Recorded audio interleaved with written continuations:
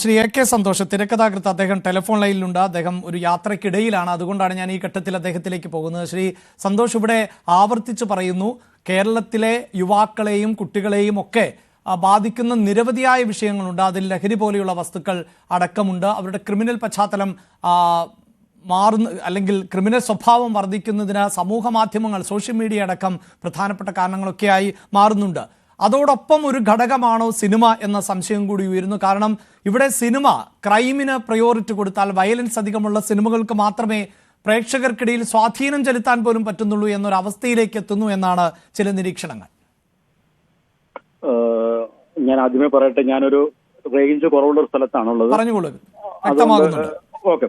അപ്പോ സിനിമ, എത്ര സിനിമകളാണ് വയലൻസ്, ഇപ്പൊ മലയാളം നമ്മൾ എടുക്കുകയാണെങ്കിൽ എത്ര സിനിമകൾ കഴിഞ്ഞ വർഷം ഇറങ്ങി 2024 ഇറങ്ങിയ സിനിമകളിൽ ഒന്നോ രണ്ടോ മാക്സിമം 1-3 സിനിമകളാണ് ഈ ഹൈലി ഇന്റൻസീവ് വയലൻസ് ഉള്ള സിനിമകൾ ഉണ്ടായിരുന്നത്. ഞാനൊന്ന് പറയട്ടെ, എല്ലാ ഭൂമിയിൽ ഉണ്ടായിരിക്കുന്ന എല്ലാ ജീവികളിലും വയലൻസിന്റെ ഒരു അംശം ജീവനിൽ അടങ്ങിയിട്ടുണ്ട്. നമ്മളതില്ല എന്ന് പറയാൻ പറ്റില്ല. അത് പണ്ട് കാലത്തെ ഉള്ളതാണ്. സിനിമ അതുകൊണ്ടാണല്ലോ പല യുദ്ധങ്ങളും പല കാരണങ്ങളും കൊലപാതകങ്ങളും ഉണ്ടായിട്ടുണ്ടാവും. പിന്നെ ഞാനൊരു കാര്യം പറയാം, കാലം മാറും തോറും, കാലം മുമ്പോട്ട് പോകും തോറും പുതിയ പുതിയ ക്രൈമുകൾ ഉണ്ടാവും, പുതിയ പുതിയ ക്രിമിനൽസും ഉണ്ടാവും. അവരുടെ പ്രായങ്ങളിൽ വ്യത്യാസം വരും. അത് ഒരു യൂണിവേഴ്സൽ ഫിനോമിനയാണ്. അത് നമ്മൾ എവിടെ നിന്ന്, ഇപ്പൊ ഞാൻ ചോദിക്കട്ടെ, യൂറോപ്പ്, അമേരിക്കയിലും ഒക്കെ 6ലും 7ലും പഠിക്കുന്ന കുട്ടികൾ ഗണ്ണെടുത്തുകൊണ്ടുവന്ന് സ്കൂളിൽ കൊണ്ടുവന്നിട്ട് ഷൂട്ട് ഔട്ട് നടത്തുന്നില്ലേ? അത് ഒരു സിനിമയും സൈബോർഗ് പോലത്തെ സിനിമകൾ കണ്ടിട്ടായിരിക്കണം എന്ന് എനിക്ക് തോന്നുന്നില്ല.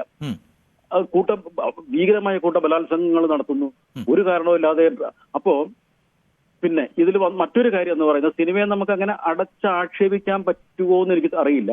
അപക്വമായ മനസ്സുകൾ പണ്ടൊരു തലമുറ വരെ, ഇപ്പൊ നമ്മൾ 60s പകുതിയിലും 70s ഇതിലൊക്കെ നോക്കുമ്പോൾ അന്ന് കഞ്ചാവും ചരസും ആക്ഷനും ഒക്കെ ഒരുപാടുണ്ടായിരുന്നു. അത് തലമുറ അങ്ങനെ ഉണ്ടായിരുന്നു. നമുക്ക് അത് അന്ന് വാഴ്ത്തിപ്പാടി നമ്മുടെ സിനിമയിൽ തന്നെ ഒരുപാട് സംവിധായകരും എഴുത്തുകാരൊക്കെ അതിൽ ഇൻസ്റ്റിറ്റ്യൂട്ടിലൊക്കെ പഠിച്ചിരുന്ന, ആരുടെയും പേരെടുത്ത് പറയുന്നില്ല, നമുക്കുണ്ടായിരുന്നു. അവരെയൊക്കെ നമ്മൾ ആരാധനയോടെ നോക്കിയിട്ടുള്ളവരാണ് ഈ ഒരു തലമുറ. അത് സാഹിത്യകാരന്മാരിലുണ്ടായിരുന്നു, ഫിലിം മേക്കേഴ്സിലുണ്ടായിരുന്നു.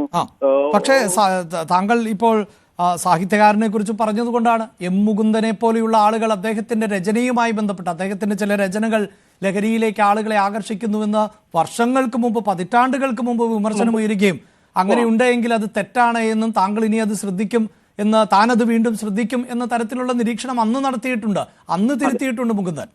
ഓക്കെ, ഇത് ശരിയാണ്, താങ്കൾ പറഞ്ഞത് വാസ്തവമാണ്. പക്ഷെ അതെന്തുകൊണ്ടാണ് അന്ന് ഹിപ്പി സംസ്കാരം, പാശ്ചാത്യ സംസ്കാരം, നമുക്ക് ഹിപ്പികൾ ഗോവയിലും ഇവിടുന്ന് ഗിറ്റാറും നീട്ടി വളർത്തിയ മുടിയും ബെൽബോട്ടം പാന്റുമായിട്ട് വരികയും അത് ഞാൻ നേരത്തെ പറഞ്ഞു വെച്ചതാണ്. നമുക്ക് എപ്പോഴും തെറ്റിലേക്ക് നിയമം മൂലം അത് തടയിട്ട പലതിലേക്കും പോകാൻ, അടച്ചു വെച്ചിട്ട് പലതും തുറന്നു നോക്കാനുള്ള ഒരു ടെൻഡൻസി നമുക്കുണ്ട്.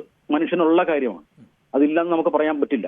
പിന്നെ ഞാൻ നേരത്തെ പറഞ്ഞല്ലോ, ഈ കാലം പോകുന്തോറും പ്രായം നമുക്ക് കൂടുന്നത് പോലെ നമുക്ക് പുറകെ ഒരു തലമുറകൾ വരുന്നുണ്ട്. ആ തലമുറകൾക്ക് അതാ ഞാൻ പറഞ്ഞു, ഇന്ന് പെറ്റി കേസ്, അന്ന് IPC കേസായത് പലതും ഇപ്പൊ പെറ്റി കേസാണ്. ഇന്ന് പെറ്റി കേസായത് ചിലപ്പോൾ നാളെയോ അല്ലെങ്കിൽ ഇന്നലെ IPS കേസായി ആണ് ഇപ്പോ. പിന്നെ ഈ മയക്കുമരുന്നിന്റെ കാര്യം ഞാൻ പറയുന്നത്, കുട്ടികൾക്ക് ഏറ്റവും അധികം ഇത് ഉപയോഗിക്കാനും ഹാൻഡിൽ ചെയ്യാനും ട്രേഡ് ചെയ്യാനും കടത്തിക്കൊണ്ടുപോകാനും സൂക്ഷിച്ചു വെക്കാനും എളുപ്പമാണ്. ഒന്നാമത് ഇത് ഉപയോഗിക്കുമ്പോൾ ഞാൻ അറിഞ്ഞോടത്തോളം ഇതിൽ യാതൊരുവിധ മണമോ അല്ലെങ്കിൽ പുകയോ ഒന്നും ഇല്ലല്ലോ ഈ സാധനത്ത്. ഇത് അതുകൊണ്ട് ഇതിനെ സാധാരണ ഒരു ആവറേജ് ഇവന്റെ ബിഹേവിയറിൽ നിന്നല്ലാതെ അബ്നോർമലായ ബിഹേവിയർ എന്നല്ല ഇത് മനസ്സിലാക്കാൻ പറ്റില്ല. പാരന്റ്സിനോ ടീച്ചേഴ്സിനോ സമൂഹത്തിനോ മനസ്സിലാക്കാൻ പറ്റില്ല. പിന്നെ പിന്നെ ഇത് കടത്തിക്കൊണ്ടുവരുന്നതിന് ചെറിയ കൊച്ചളവ്, പണ്ടത്തെ പോലെ കഞ്ചാവാണെങ്കിൽ മണം വരും, അല്ലെങ്കിൽ അവൻ ഭയങ്കരമായ വേറെ രീതിയിൽ അബ്നോർമാലിറ്റി കാണിക്കും. ഇത് അബ്നോർമാലിറ്റി കാണിക്കില്ല. പാർട്ടി ഡ്രഗ് എന്ന് പറഞ്ഞത് ഇറക്കിക്കൊണ്ടുവന്ന ഈ സാധനം ഇപ്പോൾ ഭയങ്കരമായ ഒരു ക്യാൻസറായി മാറി. ഇപ്പൊ ഞാൻ ഇന്നലെ ഒരു വീഡിയോ കണ്ടതെന്ന് വെച്ചാൽ, ബാംഗ്ലൂരിൽ ഭയങ്കരമായ വേട്ട നടക്കുന്നു. നമ്മുടെ ബസ്സുകളിൽ, അവിടെ ഇൻഡർസ്റ്റേറ്റ് ബസ്സുകളിലൂടെ ഇത് കടത്തുന്നു. അതിൽ ഉണ്ടാക്കുന്ന പണം ഭാര്യയും ഭർത്താവും കൂടി ചെയ്യുന്നു. ഇതെല്ലാം ഉണ്ട്. ഞാൻ പറഞ്ഞു വരുന്നത്, നമ്മുടെ സബ്ജക്ട് സിനിമയിൽ നിന്ന്, സിനിമയിലെ ഇത് കാണിക്കും.